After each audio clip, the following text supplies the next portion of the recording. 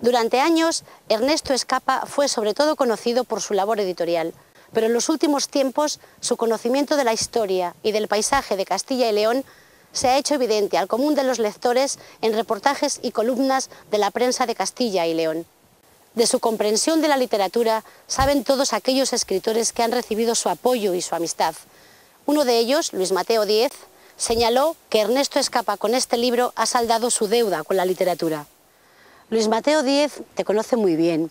¿Podrías explicarnos en qué consistía esa deuda? Bueno, yo siempre he sido una persona muy dispersa y en uno de esos bucles de actividad a lo largo de la vida, cuando era joven me dediqué a la literatura y tuve incluso mis afanes de llegar a escribir creación literaria.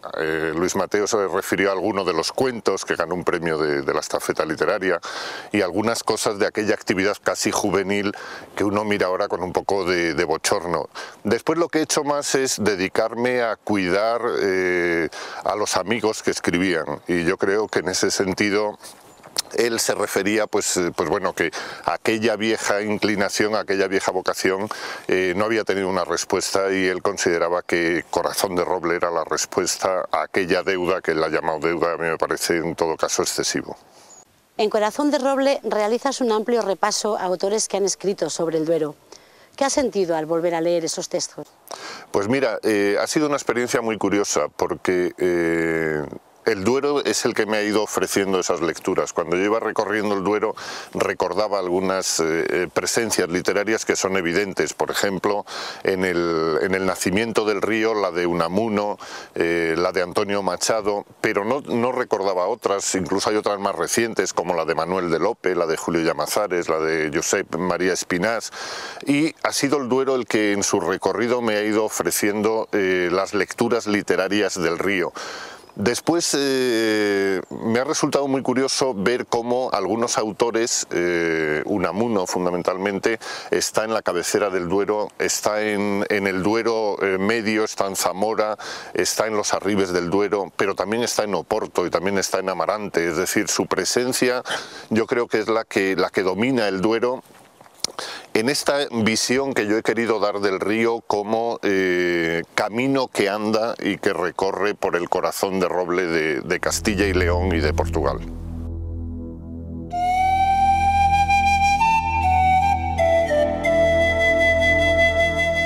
El conjunto monástico de Valbuena muestra a la perfección la tipología cisterciense de autosuficiencia y austeridad establecida en la Reforma de San Bernardo.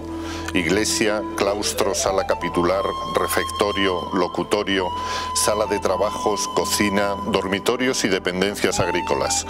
La iglesia es muy sobria y de poca altura. Junto a la cabecera una capilla funeraria con pinturas murales de tema bélico y cortesano. El claustro bajo es obra preciosa del primer cuarto del XIII. El alto, de comienzos del XVI, está decorado con motivos renacentistas. Entre las dependencias destaca el refectorio, una nave con bóveda de cañón apuntado y la sala de trabajos que apoya sus bóvedas de crucería sobre tres robustas columnas. En la actualidad, el monasterio se prepara para albergar una de las primeras hospederías de la red pública de Castilla y León. Un paseo fluvial recorre la orilla del Duero entre San Bernardo y la isla de Valbuena. En la ladera del páramo, bajo un montecillo de encinas señalado por la antena del repetidor, se abre la doble entrada de la cueva del Hermano Diego, un eremitorio medieval de retiro y penitencia.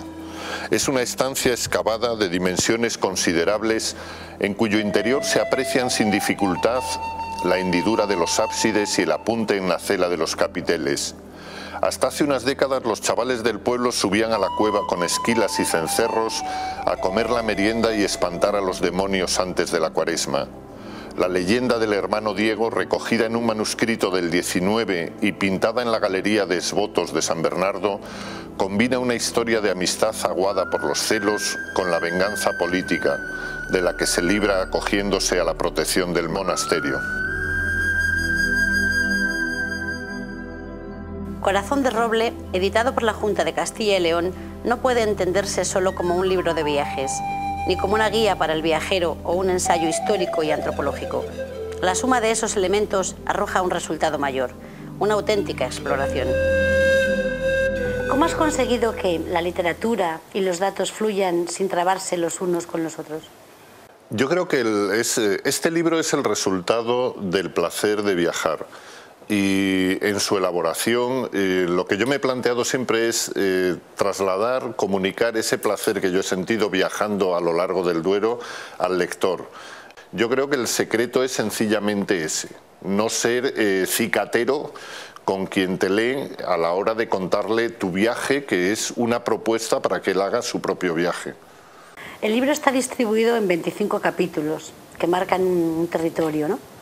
Sí, claro, el río te obliga a parcelar su recorrido, lógicamente, porque es una pasarela, es un conducto, que no es que tú descubras como un camino normal o como una ruta normal, sino que el río hace su camino y te va empujando para ir descubriendo lo que tiene alrededor. Y uno no tiene que dejarse tampoco seducir en exceso por el río, porque alrededor del río, en ese corazón de roble que alberga el paso del río, hay muchas cosas sumamente atractivas, sumamente interesantes, y de repente uno encuentra paralelismos importantes en lugares como Numancia o Tiermes o Clunia, y más adelante un lugar que a mí me llamó especialmente la atención en Portugal, en el interior del Douro, que es Ansiaes. Ansiaes es una población medieval con varias iglesias románicas, con una fortaleza, con muralla, una iglesia prerrománica a la entrada, fuera del recinto amurallado, que abandonaron sus habitantes en el siglo XVIII.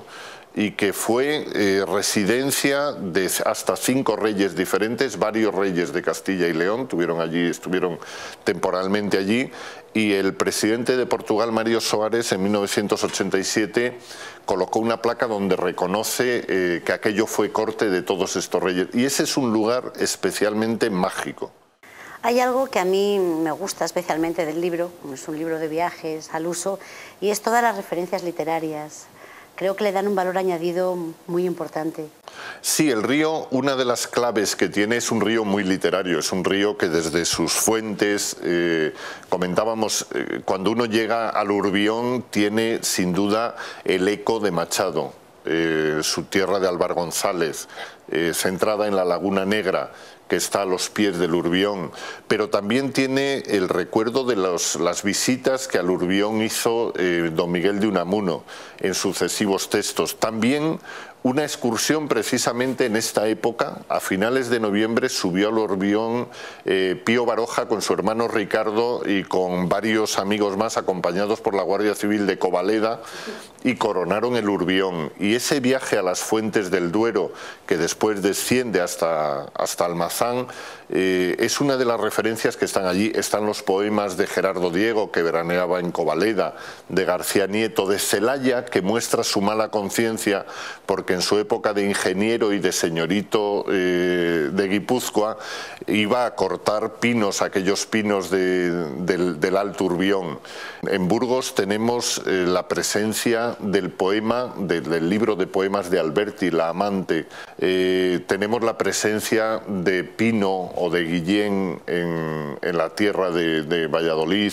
Y una vez que uno cruza la frontera y a este lado está la presencia de Luciano González Ejido y del gran Miguel Torga, de Saramago, de Llamazares, de todos los grandes, de Agustina Besaluís, de Exade Queirós, de todos los grandes escritores. Efectivamente, el Duero reúne una antología literaria de primera calidad. Bueno, Ernesto, solo darte las gracias. Nos has hecho pasar un día estupendo a todos. Hemos disfrutado mucho contigo, con tu charla, con tu sabiduría y tu memoria, que es prodigiosa, como siempre. Entonces quiero que sepas que ha sido un placer estar contigo. El placer ha sido mío, y aparte de esta estancia tan agradable, la oportunidad de volver al Duero, de volver a los lugares del viaje, es siempre una maravilla, y la verdad es que cada vez que uno regresa al río, ahora con este otoño avanzado, ya casi invernal, descubre una nueva cara del río, y eso siempre es placentero. Corazón de Roble nos ha recordado algunas de las más hermosas ediciones de los libros de viajes de Borges o Saramago, con el aliciente de que nos invita a redescubrir un legado cultural, histórico y paisajístico a nuestro alcance. Las riberas del Duero.